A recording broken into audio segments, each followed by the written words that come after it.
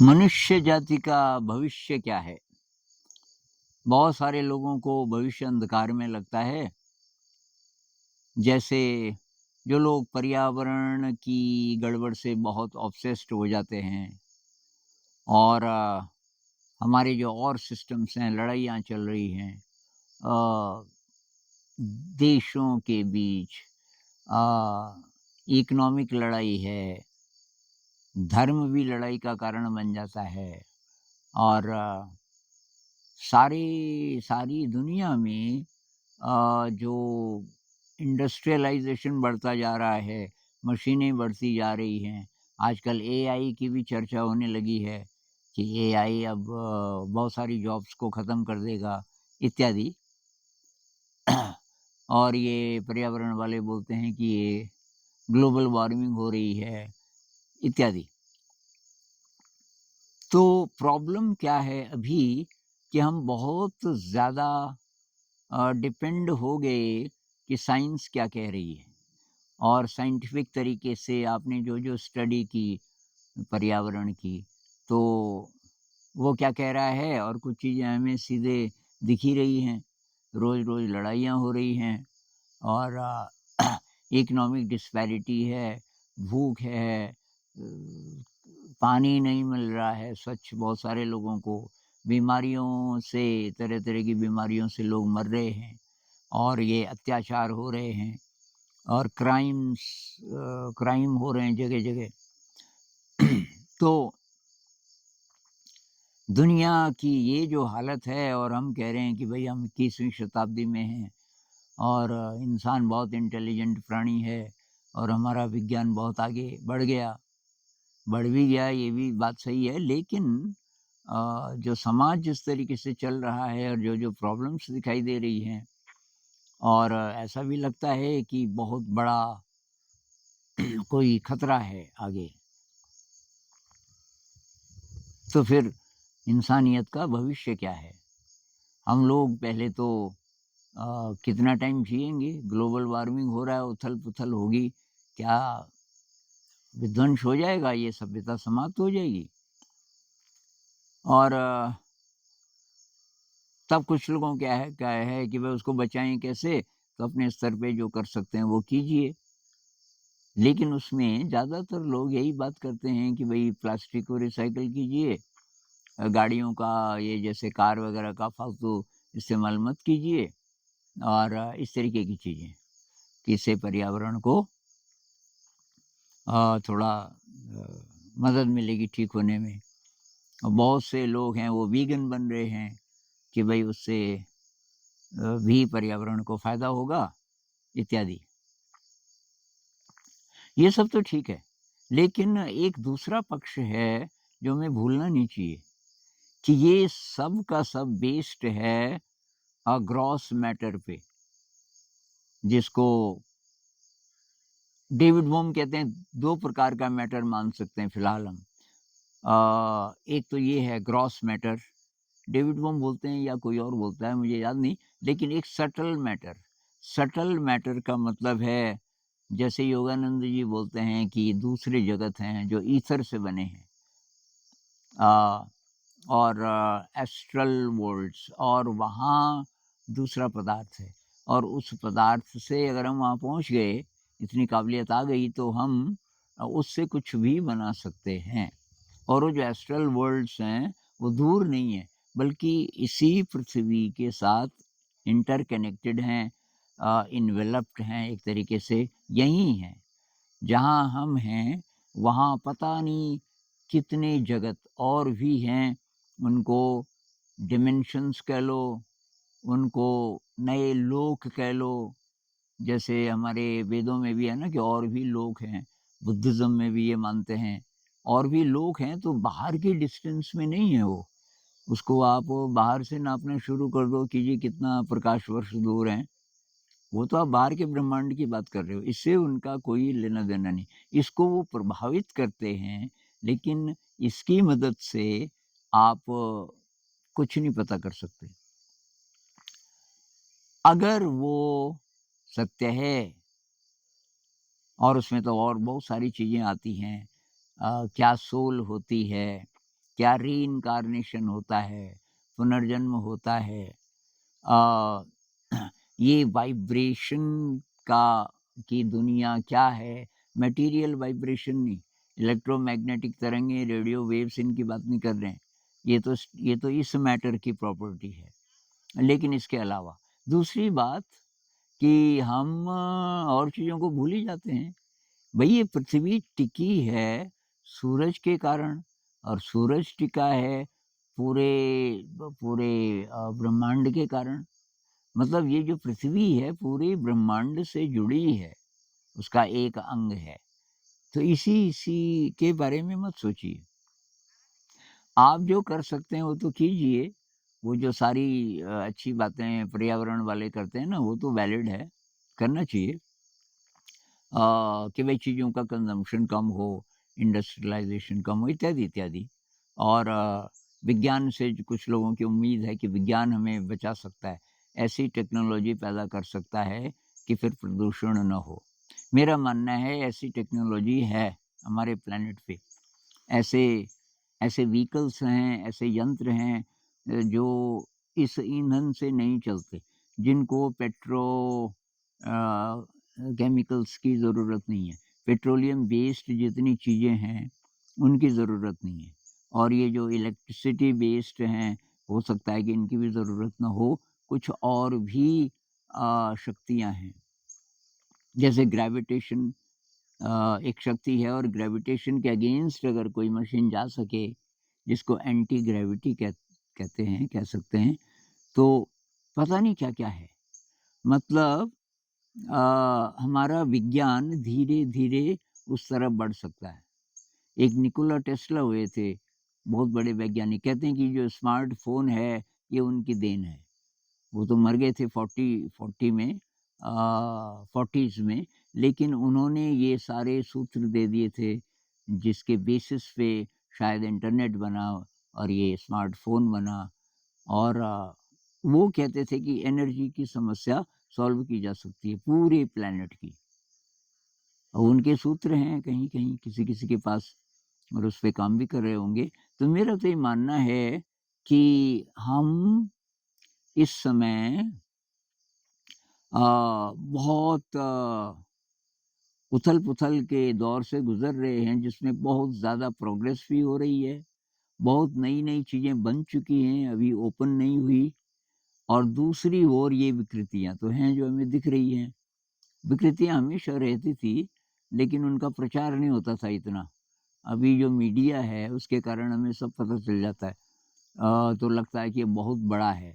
अब ये 8 बिलियन लोग हैं और लोगों को बुद्धू बनाने के लिए, नासमझ रखने के लिए, ज़्यादा इंटेलिजेंट ना हो जाएँ, उसके लिए हमारे सारे सिस्टम्स हैं, वो कंट्रीब्यूट करते हैं। शिक्षा व्यवस्था से लेके, पेरेंट्स से लेके, अनजाने में या क्या पता कुछ लोग जानबूझ के भी। तो ये होना ही है।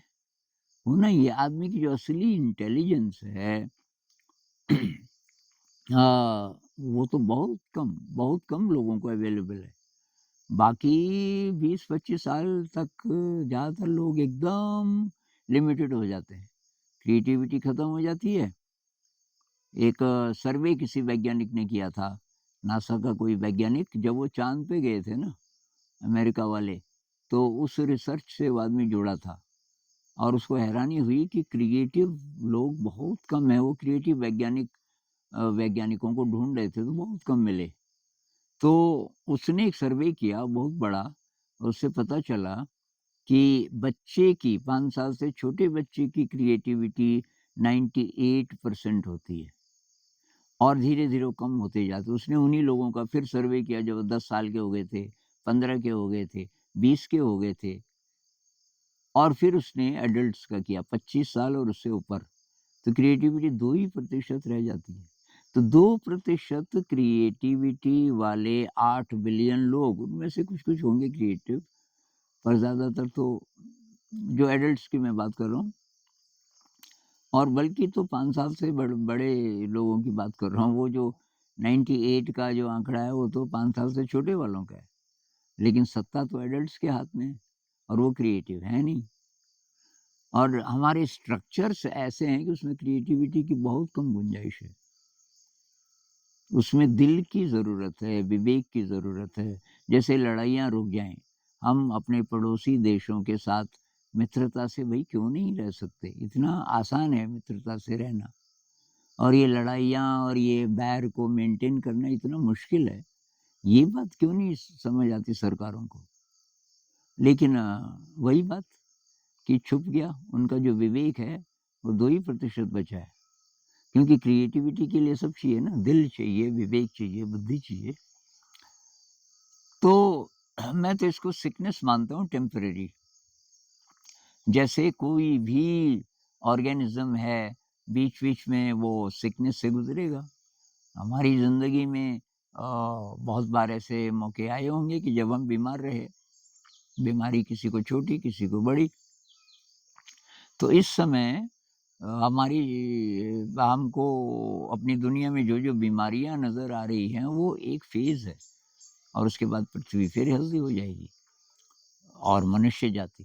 तो मनुष्य जाति की क्रिएटिविटी का लेवल मुझे लगता है बढ़ेगा, आने वाले समय में। ये जो एजुकेशन सिस्टम है, ये ख़त्म हो जाएगा। ये लोगों को समझ आ रहा है, थोड़ा और समझ आने की ज़रूरत है, तो ये ख़त्म हो जाएगा क्योंकि ये स्कूल, कॉलेज वग़ैरह-वग़ैरह अगर पेरेंट्स को थोड़ी-सी उनकी अकल बढ़ जाए और वो बंद कर दें भेजना, भई सब अपने आप कर सकते हो। और ऐसे एग्ज़ाम भी हैं, ये एनआईओएस है या ओपन यूनिवर्सिटी है, अगर आपको डिग्री चाहिए वहाँ से भी ले सकते हो। पर छोटी उम्र में क्रिएटिविटी को बढ़ाओ कक्षा 8 तक।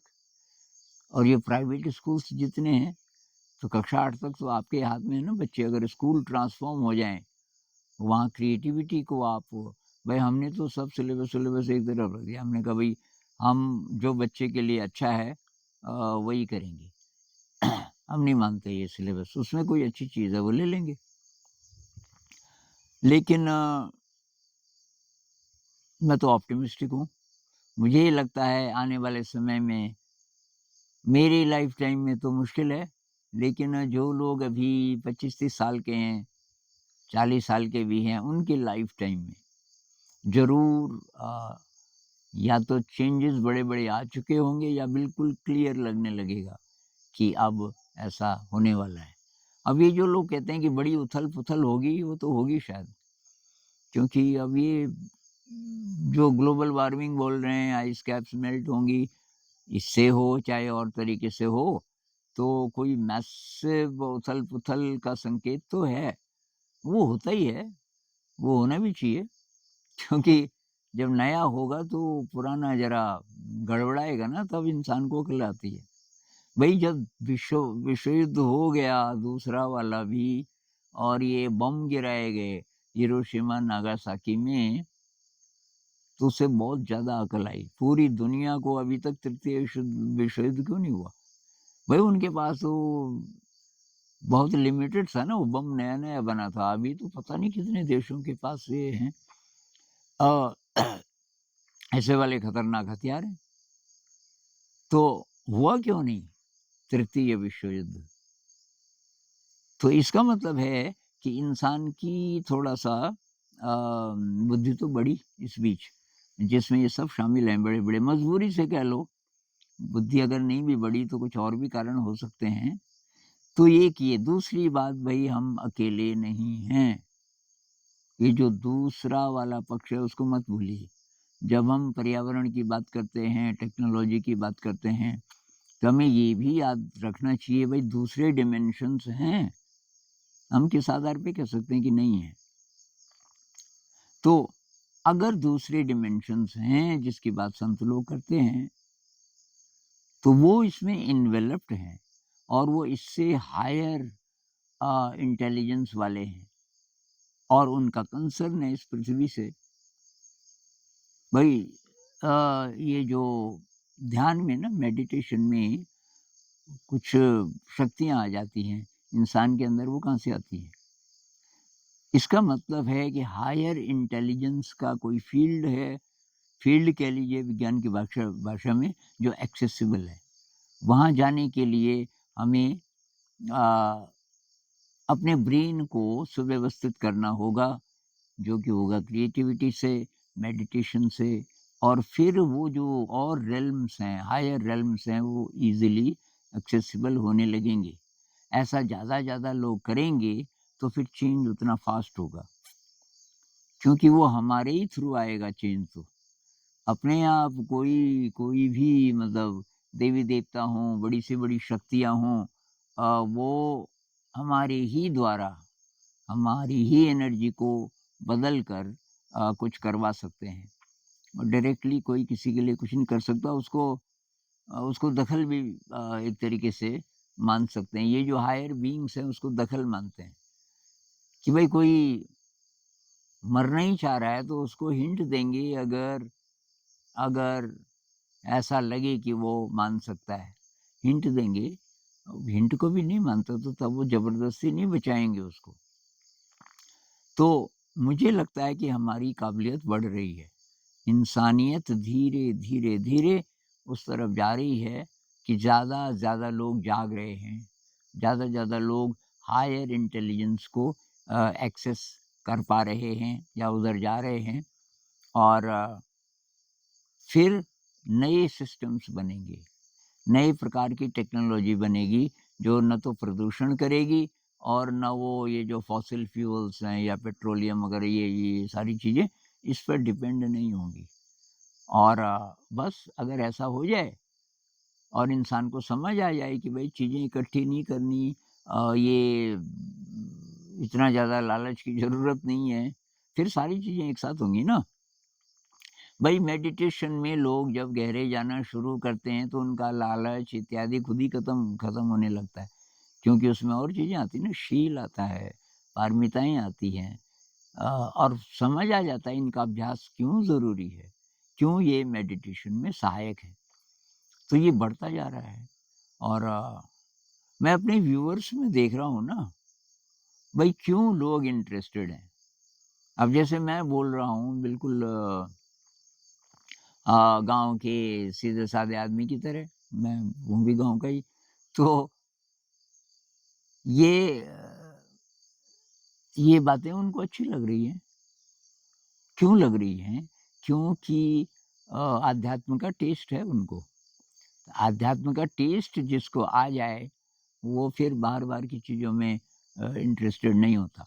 और क्योंकि उनको टेस्ट आया, तो मेरा उत्साह बढ़ा कि भई और शेयरिंग करेंगे, और मैं अपनी साधना को और गहरा करता रहूँ। क्योंकि अब इतने सारे साथी भी आपको देख रहे हैं, उनकी एक्सपेक्टेशन है कि भई आप गहरे साधक होंगे। तो जब जैसे ही मैं थोड़ा-सा ढीला पड़ता हूँ, तो मुझे याद आ जाती है कि भई बहुत सारे लोग देख रहे हैं तेरे को।